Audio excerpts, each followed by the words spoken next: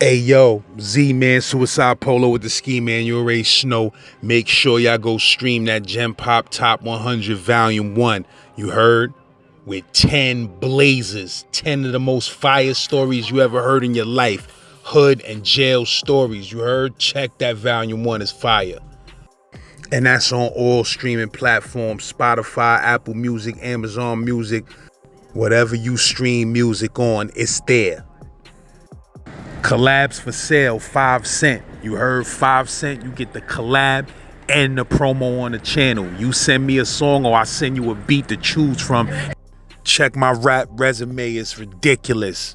You heard? Songs and videos with all type of rap legends, too many of them to name. You heard? Put my name in on any mixtape website, anything, and you gonna see my discography. I get busy. Holla at me. If you ain't see my story, robbed in Woodside, Queens, that's the hottest story I got out. You heard?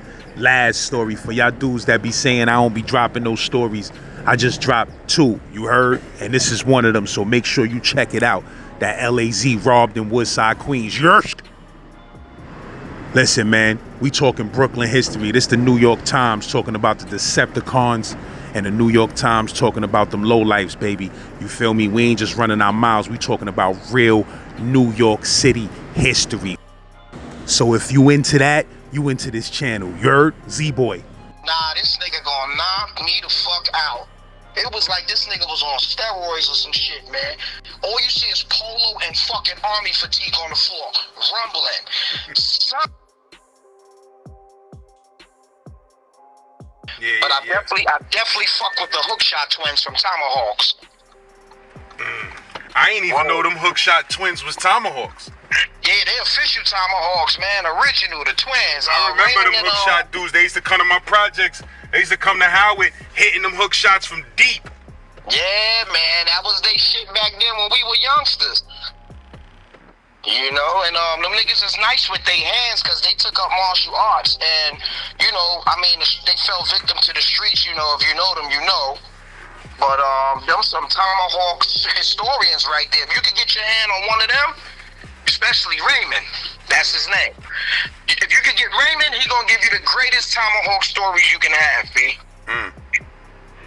You know what I'm saying? Because, you know, he's like, you know, one of the last of them who got, you know, all his senses left, as I would put it, without prejudice.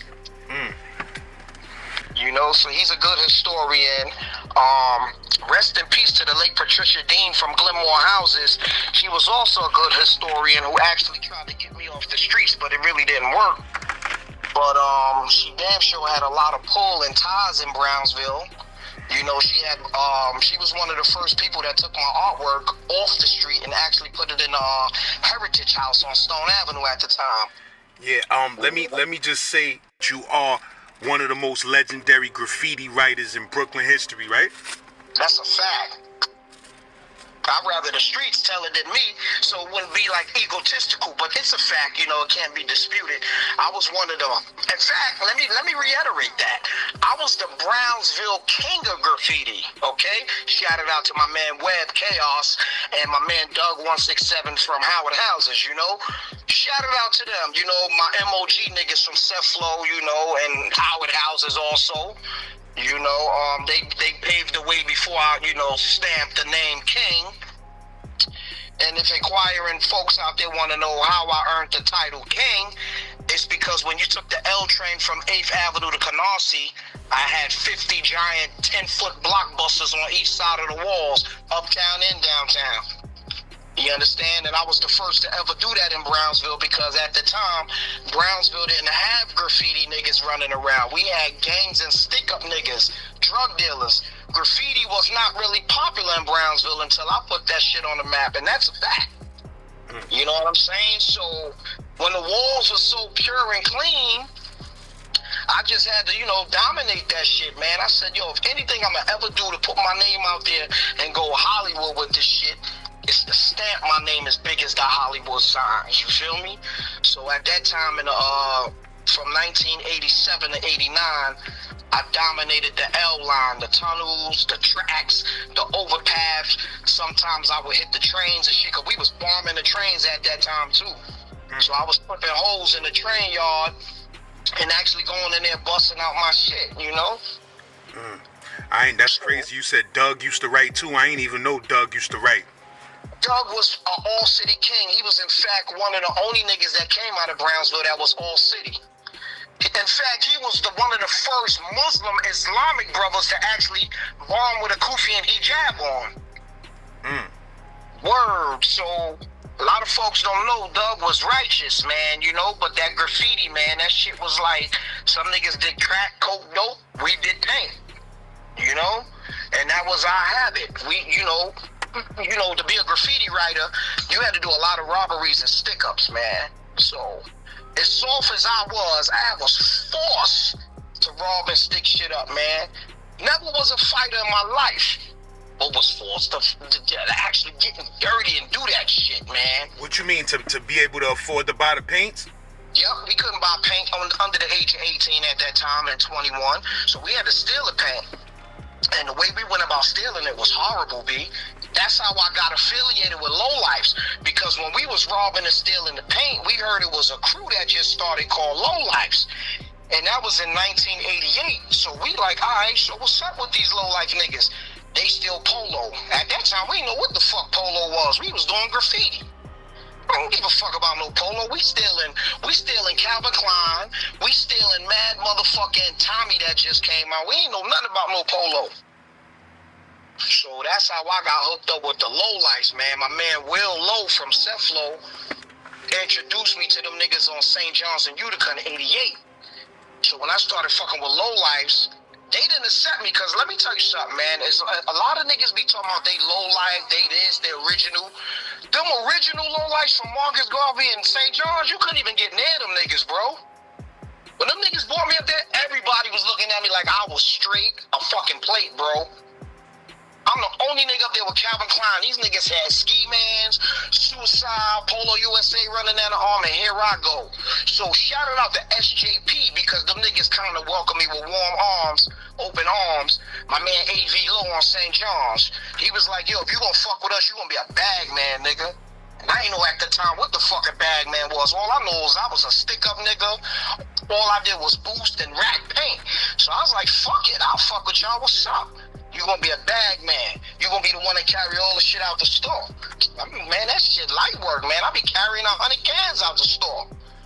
So my first MIA, which is short for mission, was with niggas from St. John's and Utica back in 1988. We went and caught the early daytime Macy's rush.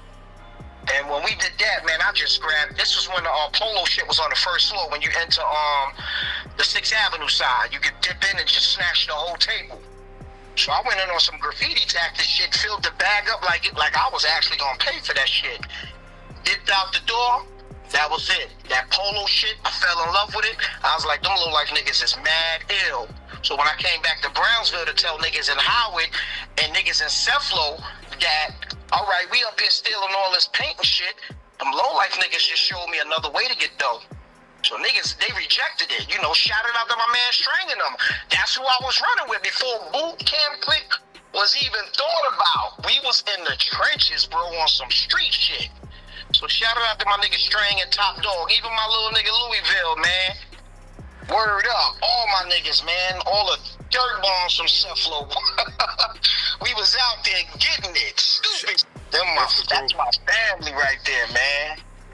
And, you know, inquiring minds might be like, well, what's your connection to boot camp, J-Lo? Shucky Ducky is my little brother. See, a lot of folks don't know that. That's my little brother right there, you know. And we all grew up in Sethlow, except for Sean Price and Buckshot. And Tech, shout it out to Tech. Can't forget my nigga Tech. All my boot camp niggas, you know what I mean? And, yeah, we all grew up in the grimy fucking part of the 80s, man. Shout it out to my man Still.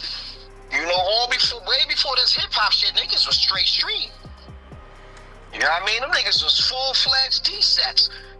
And so, they was the reason I was able to live in graphic arts. I went to Cybertron back in 88. You know what I'm saying? Shout out to my man Boostin' Billy, rest in peace. You know what I'm saying? Shout out to B-Ball. You know what I mean? All my low-life niggas and shit. And, DSET made it hard for me to live in GCA, bro. But I tell you what, if you can't beat them, you gotta join them, right? Now, ain't no way as a bag man for lowlights I could get down with DSET. String and all them started running with DSET. All of them. Because Still was the plug. That's the reason I went to graphic arts. Still was like, yo, graphic arts was this, that, and the third. Yo, yada, yada, come through. I got you. Still kept his word. His word was his bomb. Word. So when I got to GCA, I was good. But it was a lot of DSEPs that was like, nah, I don't give a fuck who you know, son. You still low-life affiliated. But I was like, all right, on my Gemini shit, because I'm a Gemini, how about I take y'all niggas to get money with me instead of trying to fucking jump me? They was with that. So I started taking a few of the DSEP niggas on missions. Rushing the Coliseum, Macy's, Bloomingdale's, the 9th floor, A&S. Them niggas had a different love and respect for me now. Because now I'm feeding the wolves. You understand? The wolves ain't got to jump me and attack me, even though I wasn't pussy. Every time I had a fight with DSEP, it was always a fair one. And that's how I got my respect. Oh, J-Lo from Low Lives? Oh, nah, that's something from Brownsville. Whatever DSEP didn't like me, we took that shit on 49th and fought it out. The biggest Low Life and DSEP fight was J-Lo versus Blur. That shit took place at GCA back in 1990 or 91. The bro Blur be watching the channel too. That's my con right there. Shout it out to Blur. Word up. Blur's a beast. You know what I mean? Me and that nigga had the biggest fucking low-life DSEP rumble probably ever recorded. Rest in peace to Boost and Billy, who was there. Okay? What y'all got it on for? We got it on some DSEP low-life beef. My man Blur came up in the graphic arts lunchroom. I was chilling with all my niggas from Low Pioneers, which is a whole bunch of polo niggas who was boosting at the time, and actually niggas that was tagging along with low lifes too on the Mias. So some came in the lunchroom. That's DSEP fucking territory. He got every right to come in that lunchroom. Son came in the lunchroom, mad stocky nigga with waves. I'm stocky too. So we both brolic like we came from Comstock, but we teenagers. Son came to the door and was like, yo, which one of y'all niggas is J-Lo? Yo, all my low niggas looked at me like I ain't even have to answer. Niggas just straight looked at me like I was going down the Apache line or some shit. So I stood up and said it with my chest. I'm J-Lo, what's up? The nigga Blur was mad gangster. Nigga DSEP. I'm like, low life, what's up? He like, yo, word, I'ma see you in school let out. Bet. Man, and I hate you, Blur. I love you and I hate you, Blur. You ain't here and see this. I hate, love this nigga, but this is my con. Yo, when school let out, I remember Boost and Billy was like saying, rest in peace to bro. He's like, yo, don't be scared, son. Whatever you do, pop off. I got you, whatever. When we got to that corner, it was nothing Boost and Billy could do. Them niggas is 100 deep. Only nigga I knew was Strang, niggas from Sethlow, couple of Van Dyke niggas, man. Shout out to my man Avalanche and all them niggas that I grew up with. My man Magoo from Van Dyke, Baby Steel from Van Dyke, rest in peace. You know what I'm saying? We went to the corner. Now, I'm polo down with Mad Gore-Tex on. Looking handsome, pretty, light-skinned ass, Albie Shore ass nigga. This nigga Blur ain't come to play, son. His talk was mad limited. He said what he came there for. Son took his shirt off, we start scrapping. I do the first hit. Boom. I touched son. It was like all I did was tap son. All I know was like 3 of his shits connected. I did like some somersault backflip with no hands on my back. Son got on top of me. I said, nah, this nigga gonna knock me the fuck out. It was like this nigga was on steroids or some shit, man. And it don't take away the fact that I could fight. But you can't win them all, right? Son was on top of me. All you see is polo and fucking army fatigue on the floor, rumbling. Son, because we was young, had he knew what he knew now, son would have been knocked me out. But we got the chance to wrestle on the floor, which made it even. And I knew son was going to hit me with that haymaker. So while we on the floor rolling, I said, I'm going to do something to stop this punch. Blur going to love this part, but he going to hate it. I bit earth, wind, and fire out of son of his chest. I was locked on that nigga like a pit bull. We ain't going to sleep today, Papa. Not today. I can't take a nap, bro. It's too many Deceps and a few lowlights to see J-Lo getting his ass knocked out. When I bit son let me go ASAP, jumped up in the air panicking. A bite, yo, you bite a nigga, yo, all that shit about what you learned in the streets and in jail go right out the window, bro. I bit son from here to Chicago, you heard? I bit life out of my bro. At that time, he wasn't my bro, he was the op, he Decep, I'm low life.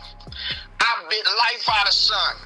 Son took it like a champ, but see, here go the crazy part. Son took it like a champ, I took the L. Boom, we even. I bit you, you almost knocked me out, fight over. But Decep don't fucking take L's. They don't take L's, bro. Word up. Literally, low lights, they don't take L's. So as I was walking to try to get my head right, rest in peace to my man, Little Darkwing. This nigga, Little Darkwing, comes and try to stab me with a motherfucking sword. The nigga swung it. He really tried to hit me. Boom, the shit caught onto my Gore-Tex hoodie. He cut the hoodie, and the nigga stopped him like, nah, it was over. And everybody who know Little Darkwing, that motherfucker black as space, man. All you seen was his teeth. This nigga like, nah, J-Lo, you gotta die. I'm like, yo, what's up? We can fight next. What's up? Nah, break that shit up.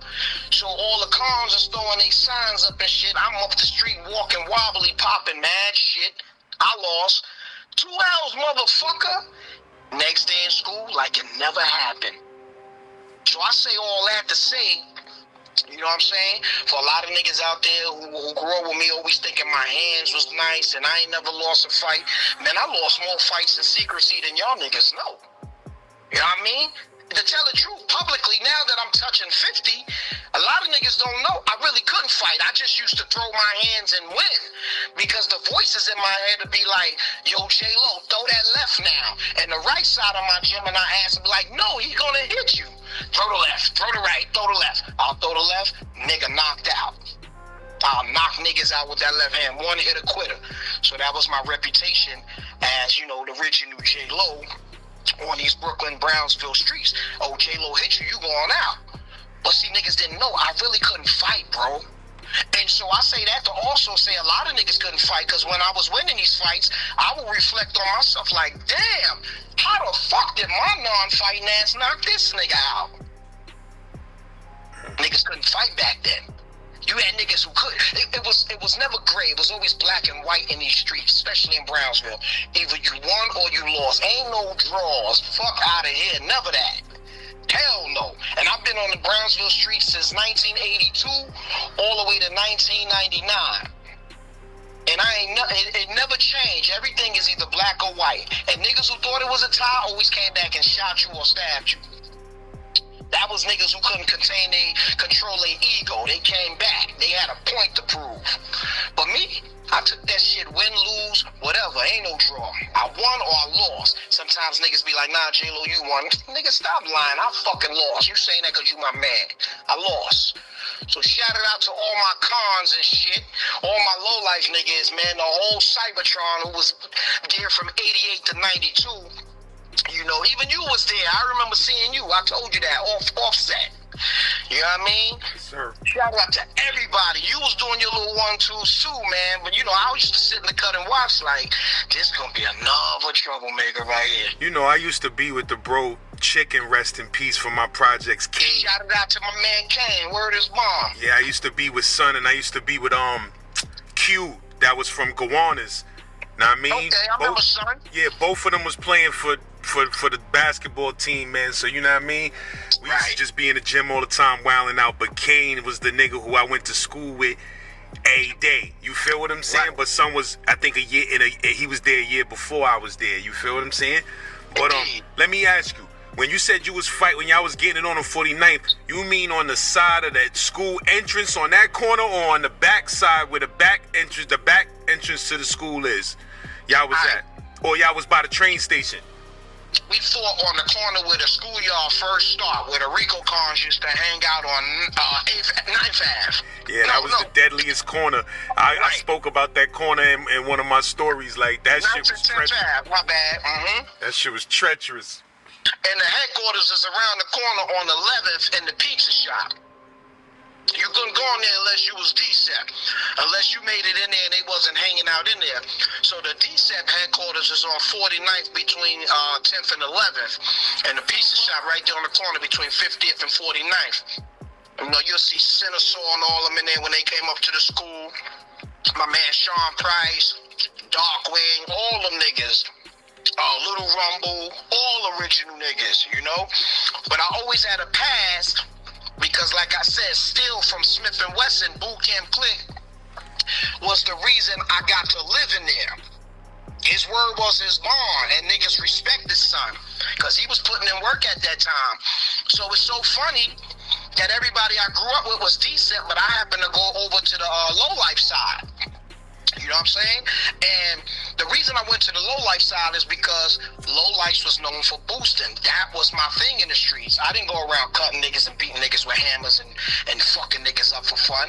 Nah, I was on my pretty Albie Shaw, special ed light-skinned nigga shit back in the 80s. I wanted to be pretty. So when the low-life showed me that, you know, money, hoes, and clothes was the motto, that's what I wanted. Pretty fat bitches with low self-esteem and polo. That's me. My wife damn near 400 pounds. I wouldn't take a bad bitch if my life depended on it. You'll always guess the original J-Lo with a fat bitch, B. Word. With low self-esteem, because I mastered the art of building them up to where I want them. And that's a fact. My wife right here, man, almost married for 30 years almost. And she'll tell you. And them 30 years came with a lot of blood, sweat, tears, and cheating on each other, you dig? Yeah, he's a funny motherfucker, bro.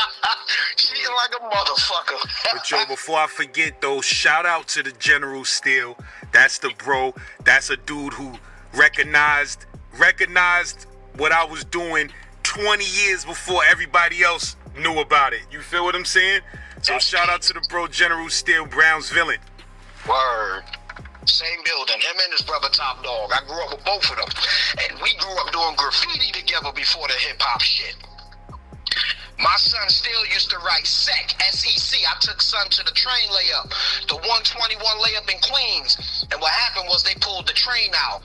So we didn't get to do that. So we wound up just bombing our names everywhere and shit on our way back to Brownsville. But Still was definitely one of the dudes from Sethlow that I took to the train yard with me and shit. You know what I mean? They pulled the fucking train out.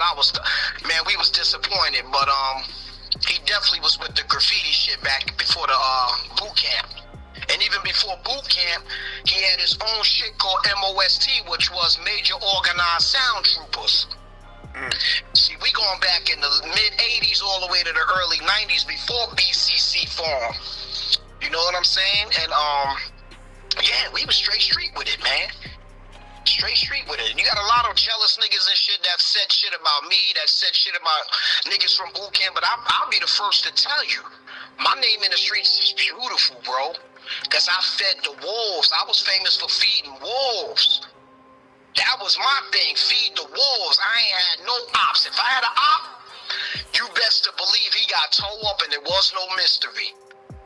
And whoever I popped and towed up in Brownsville, everybody know. So I'm one nigga that can actually say names and shit. You know what I mean? Unless niggas gonna bring me back up on the same charges, yeah, I can say names. I tore a lot of niggas up in Brownsville and Sethlow, Langston Hughes. 10 niggas up. Broad daylight. Whole lot. You know, so I'm the original J-Lo, because when I was running around with J-Lo, Jennifer Lopez wasn't even thought about. Heavy D gave her that name. A lot of niggas think Puffy gave it to her, but Heavy D, rest in peace to son, he was a low-life fucking, he was a fan of that polo shit on the low, man, even though he was in Mount Vernon. Mount Vernon, where son lived at, was one of my rack spots. So a lot of that J-Lo graffiti was on the wall over there and shit at that time. Late 80s, between 88 and 93. So I'm sure that shit induced him to come up with the shit for Jennifer Lopez, J-Lo. But who am I? There's no proof. But I do know the same shit. You got the real 50 from Fort Greene, you got 50 from Queens. You got the real motherfucking Rick Ross, you had the real Rick Ross. That's what hip-hop, well, the fake hip-hop did to the real niggas in the street. Because this shit we got going on today ain't hip-hop, man. That shit, I don't know what the fuck that shit is. And stop blaming Illuminati, motherfuckers, because I'm a Freemason. I'm a 32nd degree Mason and Shriner. Cut it out. You trying to blame the Illuminati? That shit.